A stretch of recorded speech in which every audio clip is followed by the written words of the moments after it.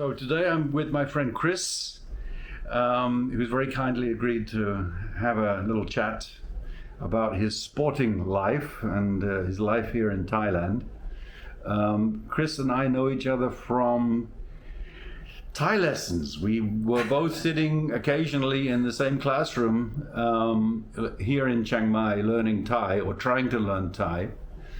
And that's when I first heard about Chris's activities as a coach here, a sports coach in Thailand.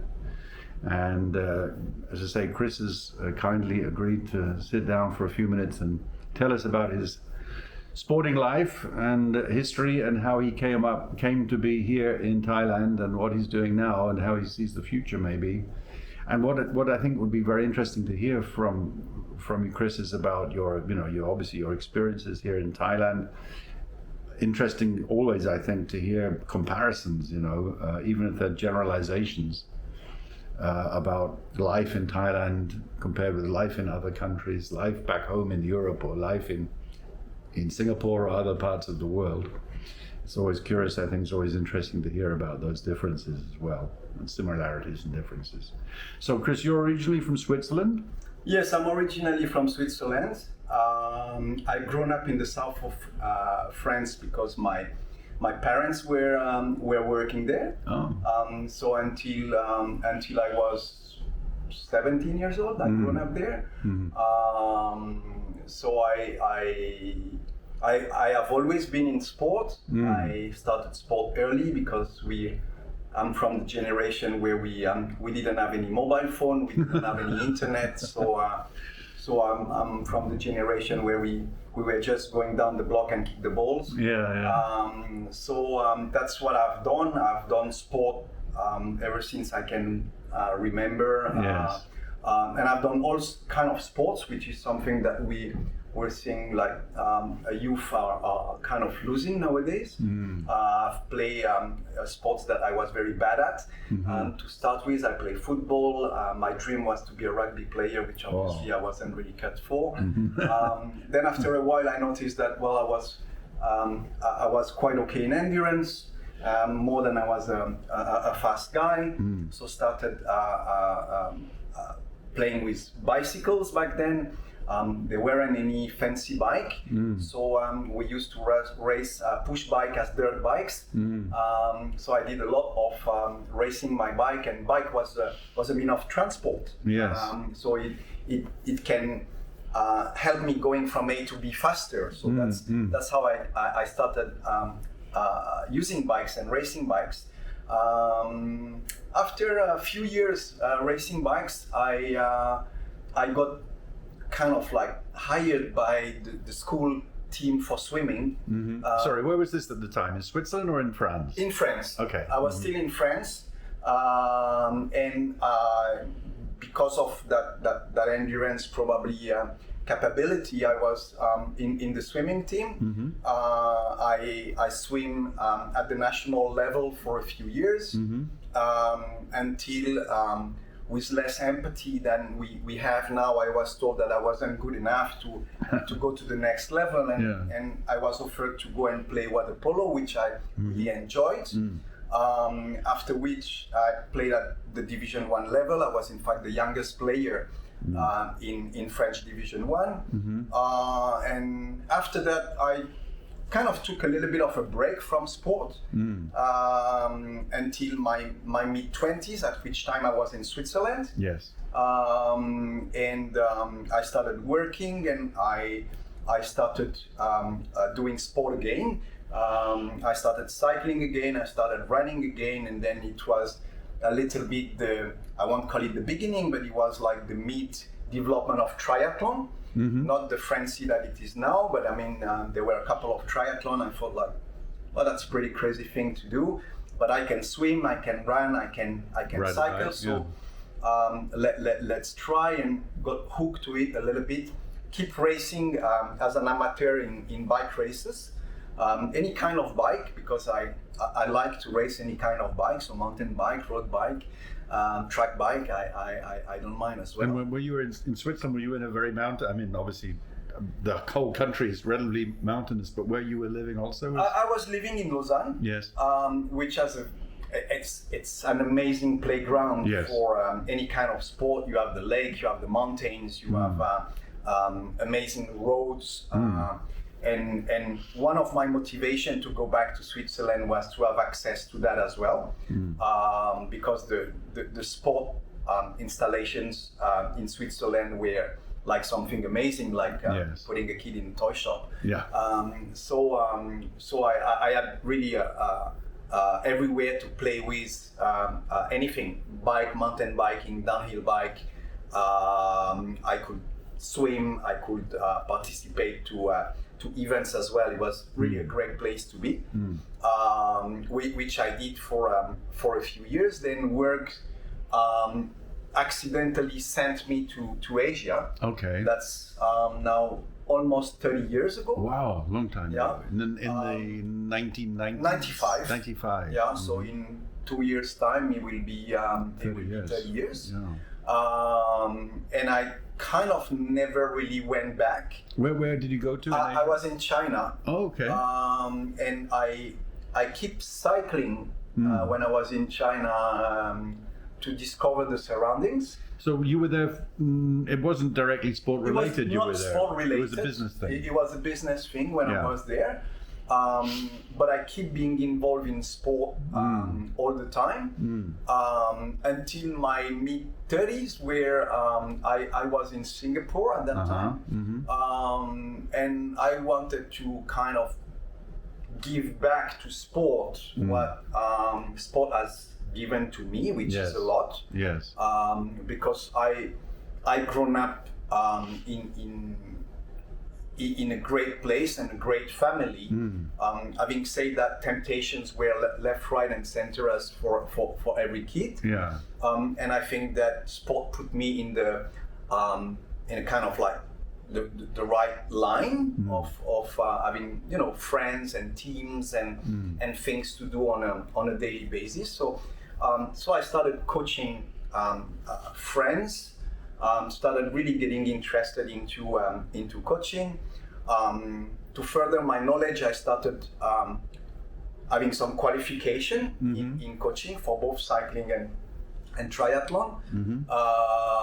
And then I started, I thought I was more inclined towards what we call high performance or elite sport. So I decided to give my time to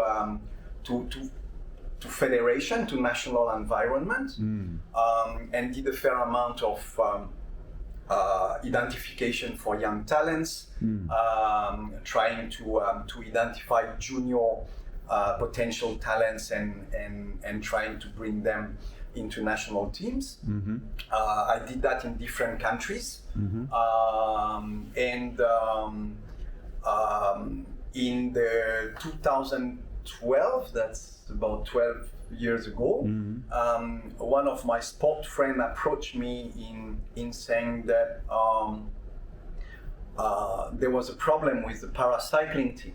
So I had to really scratch my head. I had a vague idea what para sport was, Yes. but really vague, because I was Yeah. still misunderstanding what Yes.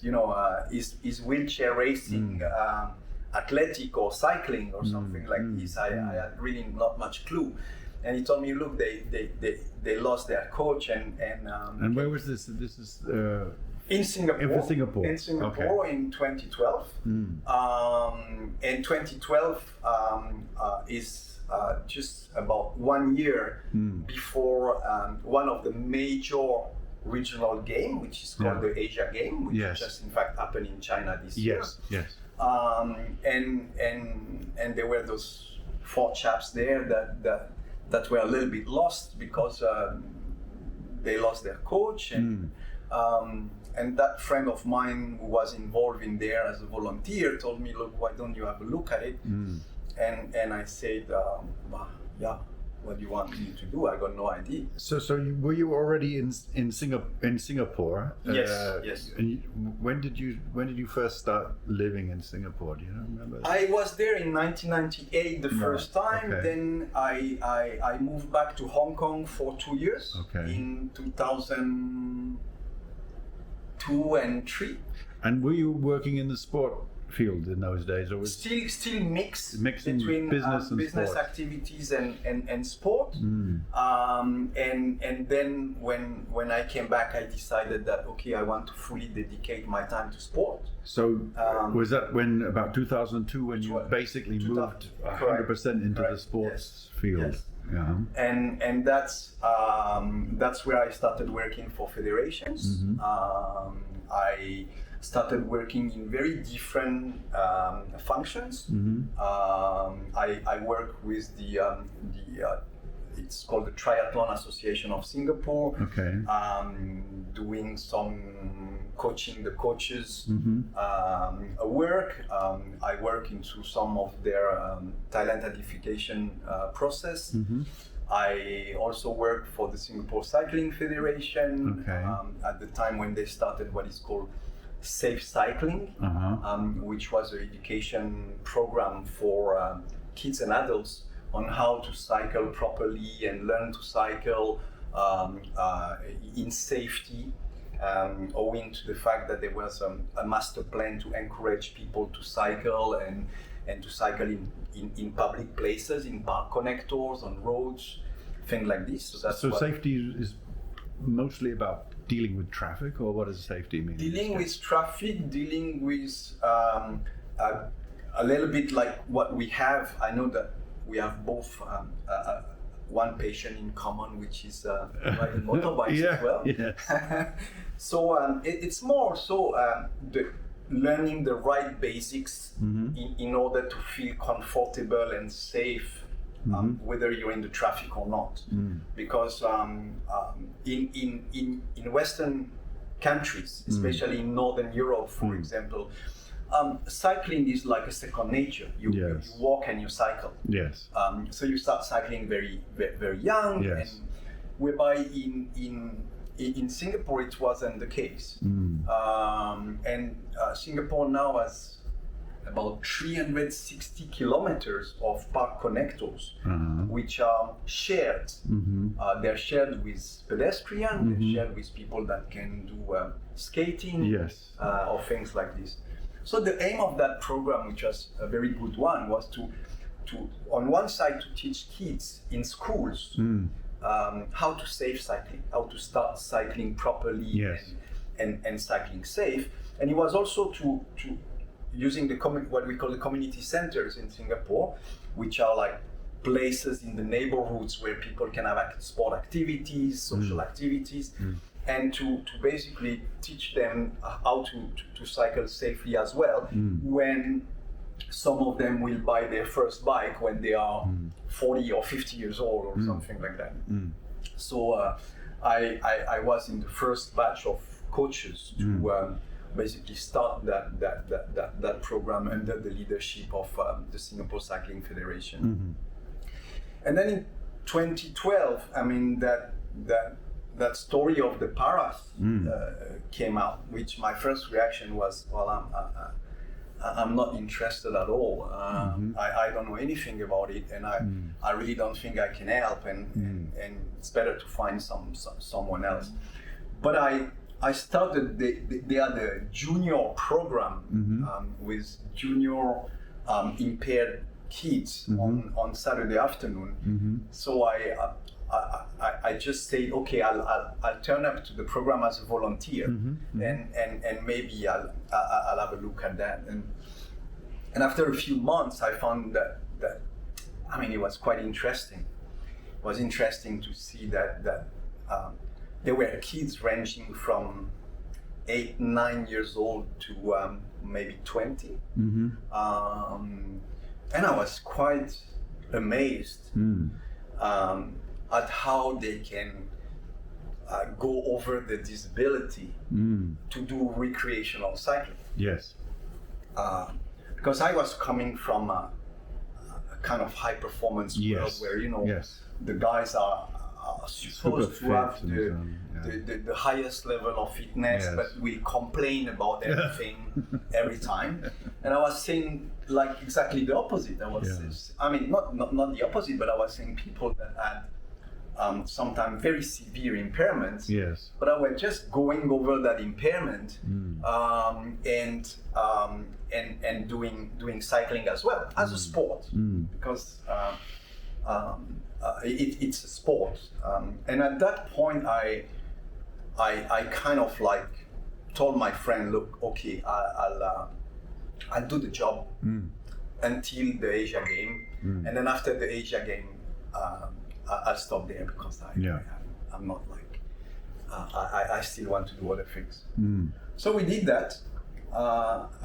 We went to the Asia game with not much hope of performance, but at least we got those guys racing, and it was for me also a discovery journey because I've never been into a major para game before. I've been to major games in able body, but not in para. So I found, wow, that's when you go to major games, you have all the sports, which I didn't know about for most of them, obviously.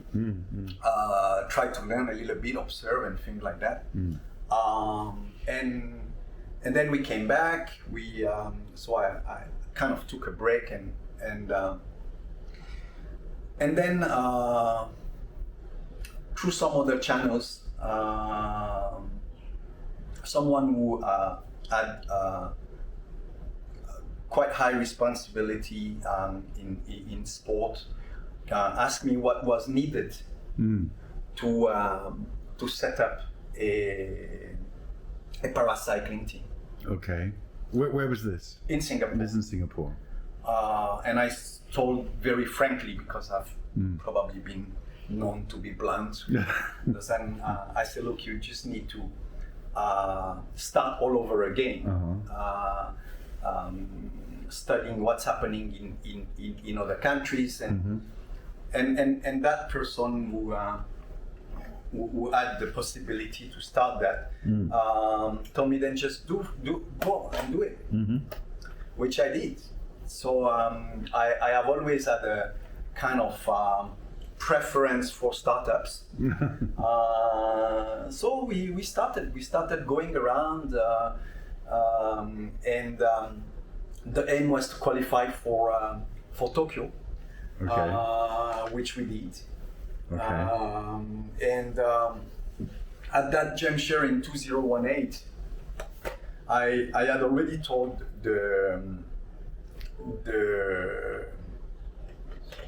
the management that it will be very important for them.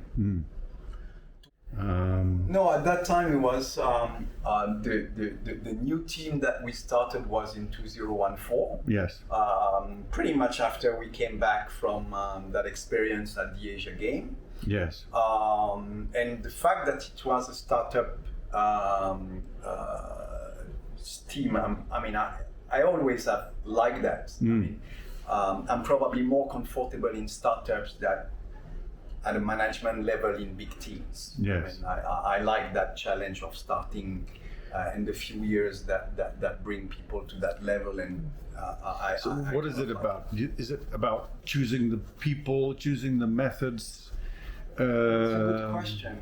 I think it's both. I think you have to be very aware of what's happening in that ecosystem, because parasports in general, not only cycling, have gone from be happy to participate to highly competitive. That transition happened from, say, the late 2000 to now. So now when you see performance, and every time I'm going to a major competition, I'm always coming back with that. More than, oh yeah, I met this guy, I saw this guy. No, I'm always coming back with numbers and not being horrified by numbers, on the contrary, I mean, being encouraged by numbers. But I'm just thinking, how is that guy with one leg riding so fast? So for someone like myself that I've been on a bike, you can put two and two together and thinking how that happened. Whereby when I look at the same sport in the late 2000, for example, it was still that you were almost happy to participate. oh yeah, I've been selected to go to the Asia game, and I'm going to go there. And he was very, very amateurish. He's now very, very professional. Yes. And that migration has happened pretty fast. Yeah. It has happened in the past, like say 10, 15 years at max. So the first thing is, as you say, is to be aware of what's happening around you. And then is to talent spot people in who will perform in a given sport. Yes. And when they don't perform for cycling, it doesn't mean they cannot perform in something else. Yes. But I mean, we are now more at the when we're reaching that high performance segment, we have to be very careful on the way we recruit talents, so that the talents are fitting in a particular sport. A little bit like what I was telling you at the beginning. Really, I really love rugby. Yes. I like to watch the game. I like to play the game. I pretty much like everything about it. I also like ice hockey. But force is to say that with my body size, I was probably 10 kilos skinnier when I was. They used to have little fly halves whose job was to get into the scrum. I remember that Georges Fourou in France, for example, he was like. But I mean, nowadays when I look at they're all big. The All Blacks, they're all big now, I think. I'm looking at the guys and I'm saying, well, I'm half their size. Yeah, so, they're enormous. I mean, it's probably not something that I could have done. Yeah. So the same applies now to sports, and I won't really say para sports because I think we're really talking about sports. Yes. We're not talking about the para qualification is just because some of the rules are sometimes to be adapted. Yes. But I can really like compare at any given level the training, the recruitment, the discipline, the performance in competition. We're talking about elite high performance sport. Yes. So we're completely gone out of the story of I mean, we can put him on a bike and he's going to participate in the games. What's that about? What happened? And it's quite recent, isn't it? It's about the last 20 years. Is it because of the way in which the Paralympics have been given? I guess they're supposed to be given equal coverage, in terms of broadcasting and so on. Is that a big part of the story, that the whole sort of profile of Paralympics of para sport has increased and improved so much because of that? Is that a big factor? I think so. Yeah. I think there's a switch, probably there's in parallel of a switch of mindset. Yeah. Sport in para was initially created as a rehab tool. Yes. Like, for example, in Switzerland, in a place called Knoxville, we have one of the most sophisticated in the world rehab center for spinal cord injury. Yes. And they have been in parasport there for, 20, 30 years, something like that. Yeah. So it was like, you had an accident, you're on a wheelchair, you can play wheelchair basketball, you can play this, that, but it's rehab. Yeah, yeah. And then I believe what happened is that that move on to being more equal, more leveled, which is not only happening at the Paralympic level. It happened at what we call the international federation level. Yes. Like if you take, for example, UCI, which is the Union Cycliste Internationale, which is the master federation for all world federation in cycling. Paracycling is a discipline in its own within cycling. Yes. So you have mountain bike, you have trial bike, you have track bike, you have road bike, you have whatever the number of disciplines, which is probably about 10 to 15 disciplines, and one of them under the same umbrella is paracycling. Yes. This year, last year, we're in 2024 now. Last year, we had for the first time in Glasgow in Scotland, the unified World Championship of Cycling. Basically, every discipline of cycling was in Scotland during 3 weeks during their World Championship. So that of course it helps. It helps motivating people. It helps putting people on a screen. It helps recruiting people. And it pushed toward performance. The year before, we were in Paris for the World Track, which was the trial events for the coming Paralympics, and it was also a joint event with the able-bodied. So I would imagine that's a very important aspect as well. The fact that the two sides of the sport, I don't know if that's the right expression, have been brought together as well. I agree with you, and it's been a little bit forced at the beginning. Yes, I will say. Yes, but that definitively contributed to the well-being and the growth into certain sport. And you will always have a few sports that do not have an able-body equivalent. Yes, it's like this, like visually impaired people can play what we call five-a-side football. Yes, it is very obvious that five-a-side football for blind is not going to be integrated in FIFA. No. We all understand that. But for conventional or more conventional sports, such as cycling, triathlon, athletics, swimming, weightlifting, for example, the Commonwealth Games, which is in fact the second largest game in the world after the Paralympics, I've realized that already years ago.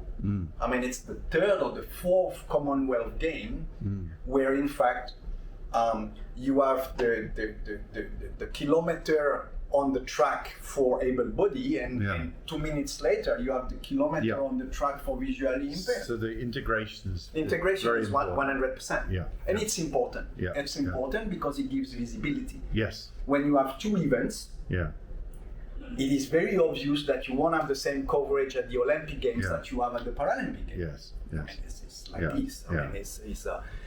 But it's not the legit aspect of it in the sense that the performance that you can witness at the para event is probably as remarkable, if not more, than what you will see, and the show is the same. So once you integrate them, you force a little bit that, and then people say, wow, it was very interesting to see that stuff, I didn't know it exists.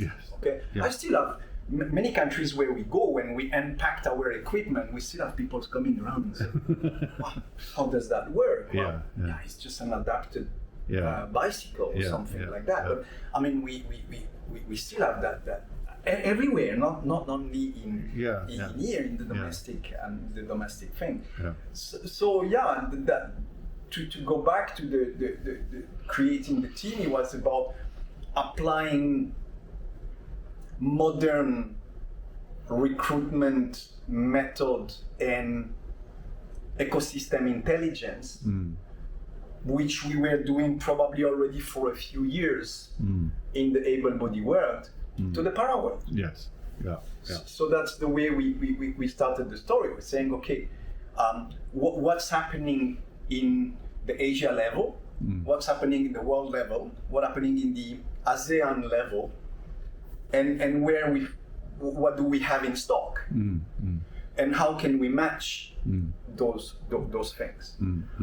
Owing that we had two big deadlines, which was the 2017 ASEAN Para Games, which is the sort of like Southeast Asia games, and we had the 2018 Asia Game in Indonesia that were our two biggest deadline. Then Tokyo became the icing on the cake, because it was Tokyo 2020 that became 2021 in reality. So our two biggest deadline were those two games. Right. So we were talking mostly finishing about the Singapore story, and so I basically finished my duties in Singapore in 2018, at which time I was planning to go back to doing some able-body cycling activities. And because we developed a pretty strong bond in Southeast Asia with different countries in order to start creating an kind of Southeast Asia ecosystem for para. I was contacted by the Thai authorities, which back then was Dr. Makita, who was on the board of the Sport Association for the Disabled of Thailand, telling me, well, you stop in Singapore, why don't you come to Thailand and do the same? We want to develop a Thai Paracycling Team, and we want to qualify for Paris, for the Paralympics. Okay. And again, my first reaction was, I just almost finished what I wanted to do. I want to do something else.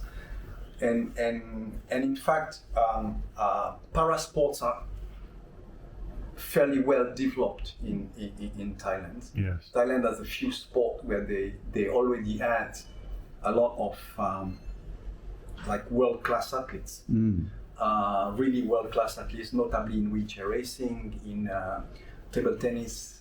Few sports are really badminton. So I told them, look, it's not only about we want to do, it's about do we have the resources to match what's happening today in the region and in the world. And about 2-3 months after, so I kind of did a bullet point list of things. And as usual, I probably put 120% of what I needed. It's not about money; it's about resources. Yes. And they came back 2 or 3 months later in saying that we got 80%. So I said 120, 80 could be an interesting. That was a year before COVID, so it was in the 1st of January 2019. So we started with a very, very small group of people that I kind of knew from the first incarnation, in the sense that I came across them and helped them in 2018. And those guys, and we were based in Supangori in Thailand, started from zero, from scratch. A lot of support from Dr. Makita, a lot of support from the association. And started really again from scratch.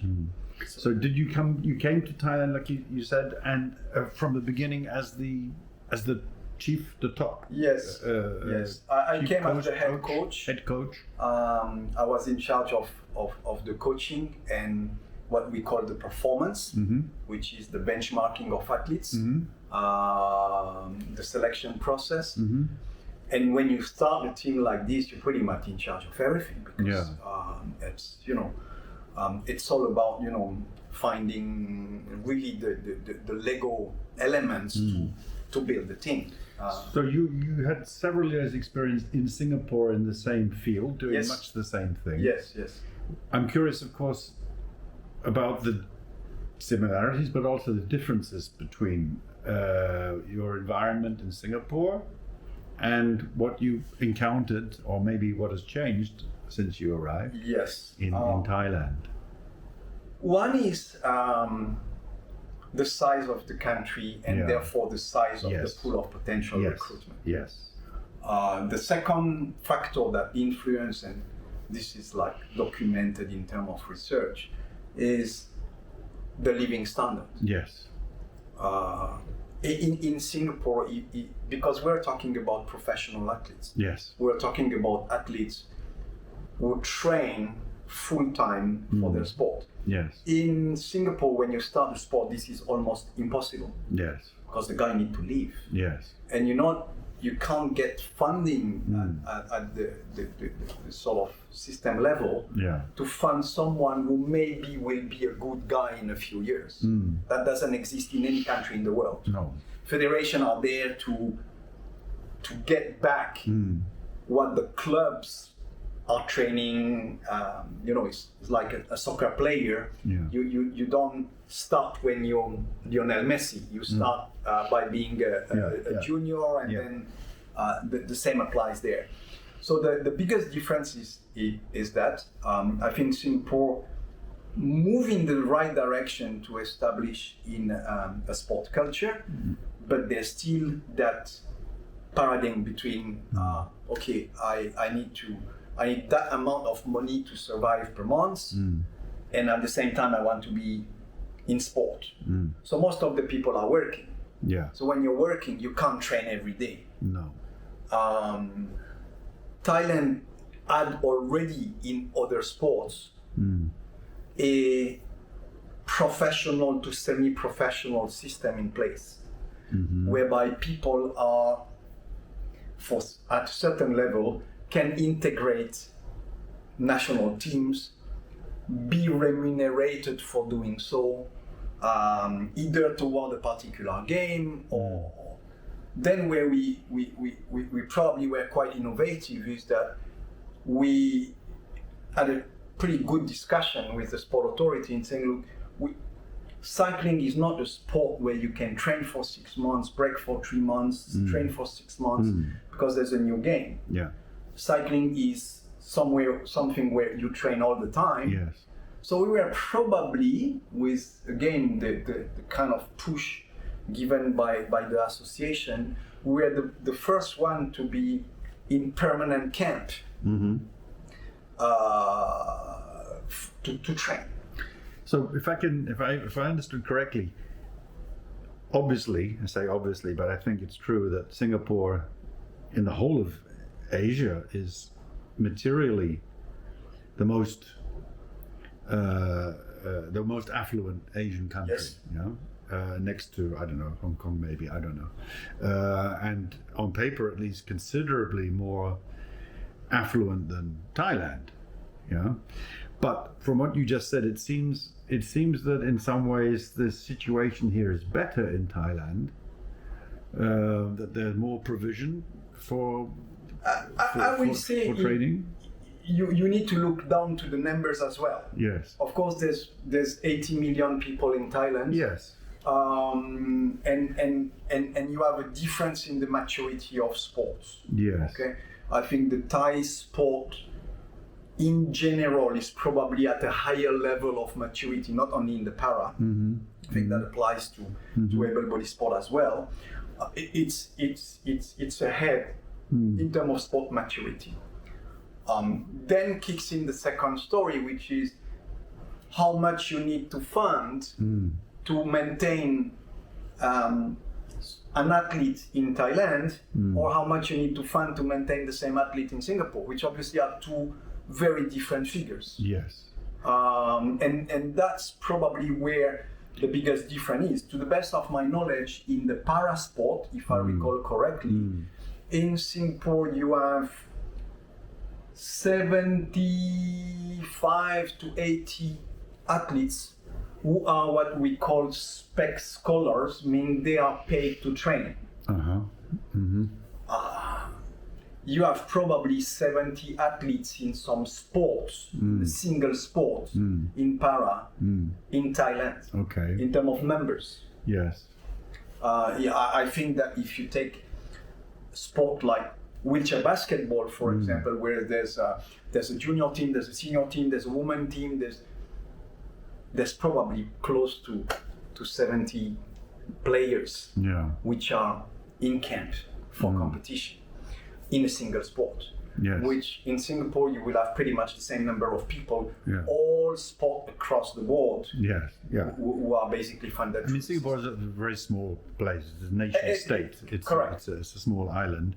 And Thailand, what is the population? About 80 million, I think, isn't it? 80 million. And geographically bigger than France, I think. Bigger than France, and with a culture of sport which is again we're talking about competitive sport. Yes, competitive. Yes. Singapore does an amazing job in community sport. In bringing people into sport for health. Yes. That's a tremendous job. I think. I'm not saying that everybody does sport in Singapore, but I mean the level of facilities and the level of infrastructure which is given for almost free or quasi-free to people is amazing. Yes. And not I've been traveling a fair while, and Yeah. I've never seen that anywhere else in the world. No. In here, we probably have less emphasis on that community sport. Yes. But when we're coming to high performance elite sport, Yes. then it's probably a better And development. I think that for me personally, again, as a non-sporty person, looking from the outside, when I see things like the Olympics normally every 4 years, we had a hiccup in Japan, of course, but generally every 4 years. And when I look at those medals tables and see, for example, the UK recently, or they call themselves GB Sport, I think, not UK, but GB, have done relatively very well in Europe compared with bigger countries like Germany, for example. But the question that arises to me as a non-sporty person, okay, GB in the Olympics performed very well, spectacularly well. I imagine a lot of it is to do with the funding from the lottery system, and concentration on getting results. The question I would ask myself and wonder about is the level of sports activity and health in the population at large, which I would imagine is very different. Yes. If you look at the British people as a whole and look at their health and their their sporting ability and the amount of exercise they do, and the high performance of their teams in the Olympics, there seems to be a sort of contradiction there. Whereas if you looked at probably countries like Scandinavian countries, and where they don't, obviously very small countries, but they don't perform particularly well at the Olympics, but I would imagine have a much better and higher level of activity in the population as a whole. So I think there can be that contradiction. I would imagine it's a bit the same in your area too. Yes, it is. Where you can have the organizations that are very effective at promoting and developing their own activities, but that may not necessarily be reflected in this population as a whole. Whereas in Singapore, from what you've just said, because of the level of community sport and so on, they're probably number one in terms of facilities, like you said, but maybe not at the organized level. It's very true, and I think that you need both. Yeah. Because why do we see more kids going to swim in Singapore? Yes. Is very much connected to Joseph Schooling having the first gold medal at the previous Olympic for that. There is an instant correlation with that. So you need what I will call the poster boy, and you need the infrastructure, and you need the push to bring the community into sport. But I think there's a culture big. I would imagine. I'm curious what you think about this, because you're at the cutting edge of these activities. But in a competitive arena. But the whole cultural background, and I would have thought that's a very important aspect. I mean, you talk about swimming.